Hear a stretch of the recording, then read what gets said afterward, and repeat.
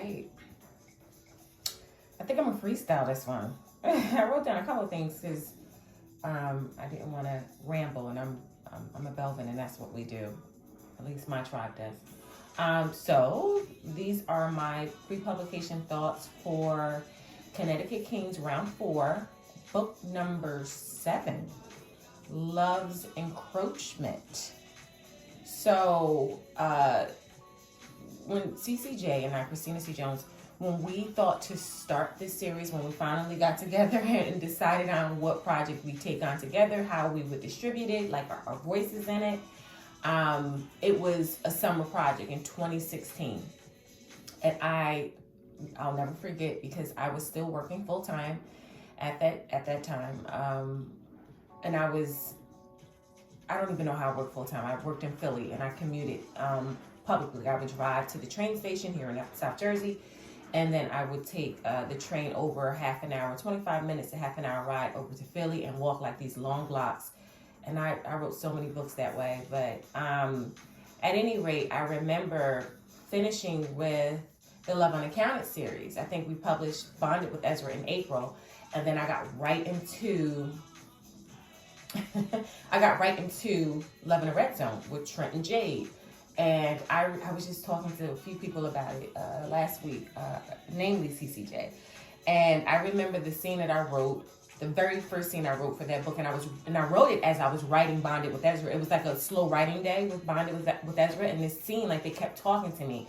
I wrote over 8,000 words in a matter of a few, like 3-4 hours. It wasn't a business day, I can tell you that much. And I was like so amazed. And it was that scene, for those of you who are familiar with Love in the Red Zone, it was the scene where Jade met Stanton, Zoe, and Alton and Tynesha for the first time. That whole scene is like 8,000 words. That was actually the excerpt for that project too. But at any rate, so we did it. We felt it was successful. And we wanted to create a brand, right? That was especially important to me. Like, consistency has always been important to me. Obviously, if you try out something that doesn't work, then keep it moving. But you got to make sure that doesn't work, and make sure it's just not putting in the time. But we were both good with it, so we did round 2 in 2017. And then I was like, I'm not done with this couple, because I wasn't, in my writing maturation, I was so used to giving so many details and exploring so many things about my clients that I couldn't let them go. And so CJ was like, okay, love, So I continued on with them in the summer of 17. Then the following summer, it's another crazy year, because 2016 I actually resigned, and now I'm down to one full-time job, because I was writing full-time even when I was working a 9-to-5. But so I resigned back in 16. So 17 went well, and then 18 I had a slew of signings. I had 3 signings, and we had just left LA from Indie Love, and I had to come home and finish the last bit, because I was on my an editor. I'd given her a date, and I had to make that date. And I remember like just writing my behind off, and I fell in love with Rhett and Parker. And then Sadiq happened, right? So when Sadiq happened, he just totally flipped my world upside down. His complicated life. I only put out 2 books in 19, which was not cool at all. But it was because I had to put that much energy into, his story. So in 19, there was no Connecticut Kings.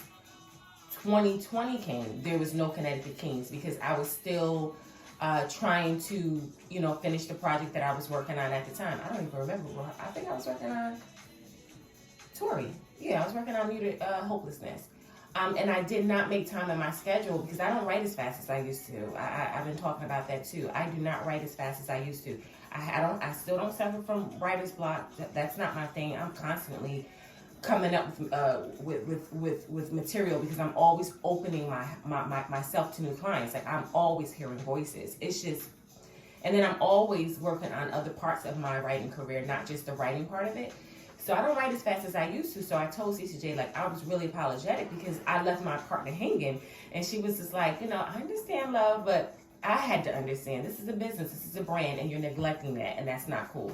So I said to her, once I'm done with Muted Hopelessness, I'm going straight into CK, and we'll have to figure out when I'm done or whatever. And I did. So we published our Reckless Hope December 21st in 2020. I probably started Muted Hopelessness. I'm sorry, that's not true. Love's Encroachment. I started that the 3rd to 4th week in January. I really didn't take much of a break, because I have my own personal goals, and I knew I had to get right into it. So my publishing partner gave me a deadline of May. Wanted the 1st week in May. I knew I wasn't going to be able to deliver the 4th week in May because I know how I'm writing. So anyway, it's done, and it has been quite a season, for me to persevere to get it done. And I'm not going to do any stops or anything like that. But it has been a trying season for me. But I do appreciate these 2 people for getting me through it, because I never stopped hearing from them, and that was like a blessing. I was talking to Jamaica about that, my sister Rita Jamaica, and it was a blessing that I can still hear from my clients when I was going through so much turmoil. So anyway. The pronunciation of their names, Lons.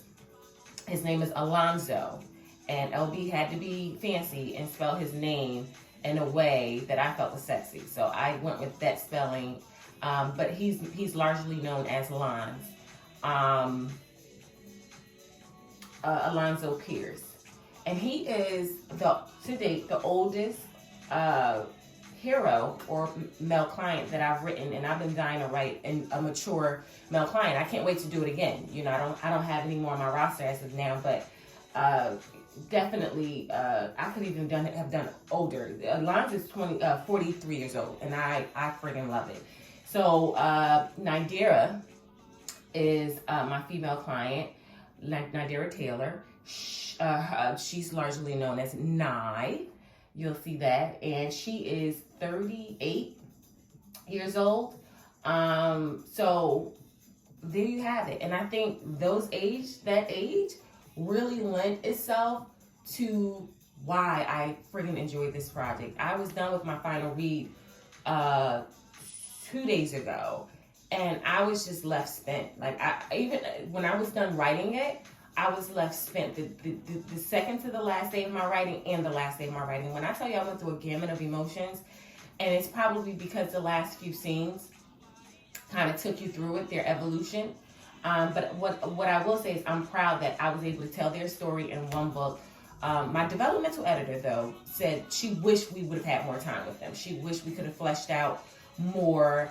And my thing is, I could have, but I knew they were just a one book type of problem, if you will, something for me to resolve in one book.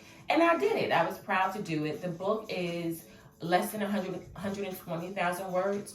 So for those who are familiar with my catalog, the first book that comes to mind that's comparable to that is Love Lost. That's the first book, yeah. It's longer than My Muted Love. I'm trying to think, but it's definitely the shortest of all of the my Connecticut Kings books. And I was happy. I was really, really happy. And I think that their age was the trick. They're older. Then they got some serious issues. And you're going to know, LB, I take on those. That's what attracts me. Flawed people. And they had some drama. And they still have drama. And even when, from the beginning to the end of the book, there are some unresolved things. They're not married. They're not like, oh, I love you, I love you, I love you. They're not that. There's no pregnancy. There's no engagement. There's just commitment to seeing it through. Commitment to hopefully staying together forever. And I friggin' love that at their age. And once you get to know them, hopefully you'll see that it works for them. And I'm so proud of that. And I'm going to be honest with you. I haven't said this in a while. So everybody knows Love Uncharted. Love Uncharted is one of my favorite titles by me, as well as In Love with Ezra. The Low of Love was kind of coming in at third. Love's Encroachment blew The Low of Love out of water. That's just my opinion. You guys have your own relationships with these with my clients. I don't have any favorite clients. I'm not saying that. I'm talking about storyline, recklessness, like getting in there and making a mess, because this one book, there's a lot of mess.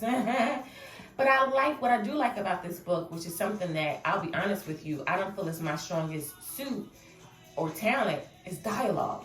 My talent is, and I think Bailey West just said this to me a few months ago, setting the scene. I'm descriptive. I'm going to show you what I'm seeing. But that dialogue, she says, CCJ is excellent, and CCJ is excellent at dialogue. Very, very good stuff. Here she is texting me now. Very good at dialogue. These two in Love's Encroachment, they're wrong. Their dialogue, I was just like, whoa, whoa, whoa. So it does make me feel good, because hopefully that'll strengthen in terms of my talent. Because I tell you guys all the time, I'm always working on it. There's so many ways that I can better myself as a storyteller. And dialogue is one of those things, There are issues, but that the dialogue is something that I can definitely use some practice at. So this was like, I was really, really blown away. And only two of them. So Eurubia, who you guys know, she reads the project. She was telling me early on how much she was enjoying them, but I was such in developmental mode. And developmental mode, that first few chapters, and for this book, probably the first 40% of the book, it was just like, that's work. Establishing them, explaining to us what they're up to, what their lives are like, and making them plausible. I do a bit of fantasy in all of my works, but I'm a Black woman. I write my books for everyone, but I know they're largely read by Black women, and you can't fool us. It has to be some plausibility. So that is what I focused on, and I did. So reprisal roles. So Trent is here. Trent and Lons, we're going to see Trent be a bit of a headache. Jade is going to be Jade, supportive of Trent, we see Jade in more of a leadership role in terms of her community. We saw a little bit of that in Muted Hopelessness. As the QB's wife, as the captain of the team's wife, she has a huge social responsibility to the team. So we're going to see a little bit of that.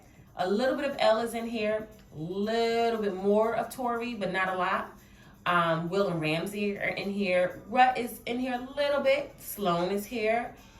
Nate and Cole, I put out the images that we have for the organization chart. We did the coaching staff, and we did it a couple years ago. I just don't think that we promoted it. So it was updated for this CK4. And a lot of you have wisely noticed that Nate and Cole are not on there. In offensive formations, we're going to see what they're up to, because they're still a part of the CK family, obviously. And that's it. Today I have to finish putting in my edits. I have to finish putting in my proofreader edits. That's probably going to take quite a few hours. I did 2 sets of edits, my 2 editors' edits yesterday.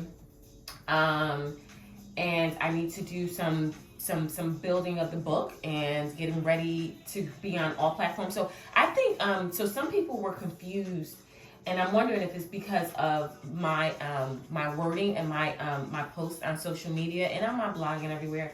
So the books will be on Amazon. Amazon, Kindle is the umbrella, whereas, Kindle Unlimited is a spoke, under, that umbrella, right? So it's a program, that subscription program, I think it's still $9.99, where you can go and you have access to a gamut of books. Many of my books are in there, but we're coming away from the new material being in there, because I told you guys the last time I have goals, and if I want to achieve my goals, I can't stay in KU. So that's the reason why they're not going to be in KU, but they will be on, and I'm almost sure, I think CCJ, she'll explain where her books will be, but I think her books will be alongside mine on Amazon, Kindle, in case you guys need that specifically. iBooks, Kobo, Google Play, and Barnes & Noble. That's where you'll find them. And that's where the Muted Hopelessness series is. And that's just so that we have options, And what else? What else do I want to say? Early release. So I'm trying to go on a date on Sunday. I made preparations to go on a date. Like, I'm ready to run the streets. I really am. I need a break. I need, even if I don't go on vacation, like, I need a breakup, like a mental breakup. And this book will be ready to go possibly tomorrow, because I do have to have a lot of back page building to do for those authors that are listening. But on Sunday, that joint gonna be ready to go. And I may not hit publish until the evening just to make sure. But I honestly, if I can, I'll hit publish on Sunday. So it may be possible that the book is available on Sunday. I promise. If it's available on Sunday, I'll announce it everywhere it's available on Sunday. As soon as it becomes available, I'll announce it everywhere. But we're ready to go for Monday for sure. So unless, because I have the manuscript back, everybody edits are in, unless something crazy happens, we're ready to go for Monday. So I'm going to end this because this is overtime, and I have my younger cousin who said he's going to call me at 10. He's been trying to talk to me for 2 weeks, and this is me, LB. I shut down everything, the gym, my family. I got to call my mama. I got to call my mom. I got to go see about my grandfather. I have so much to do. So I'm going to stop this before he calls and interrupts this video. But I'll see you guys on the other side, and please do not forget to review, long, short, you know, whether you were feeling it or not. Just don't be ugly. You can be critical. I got thick skin, you know. But we need your reviews. We need for you to show up in the reviews for us. And also, I want to give a shout out to Indelible Images. My girl, May Rhymes, who is so professional. She worked well with us for this Connecticut Kings season 4. She's very professional, very flexible. She worked really hard in searching for the models. We have Frank, Chania, who served as the visuals for Lons and Nadira. And then I don't know the names of CCJ's models, but we tag them on social media. We tag them specifically on IG because I think they're only mostly available on IG. So we tag them. So if you see them around, show them some love. Show May some love. You know, authors, if you are interested in doing photo shoots, reach out to May. Let's say reach out to love. Don't reach out to me. Reach out to May. Very reasonable, very professional, very. She was just so easy peasy. So thank you so much, May. And not that she listens to this, but anyway. All right, guys, I'm gonna let this go. Have a great weekend. See you on the other side.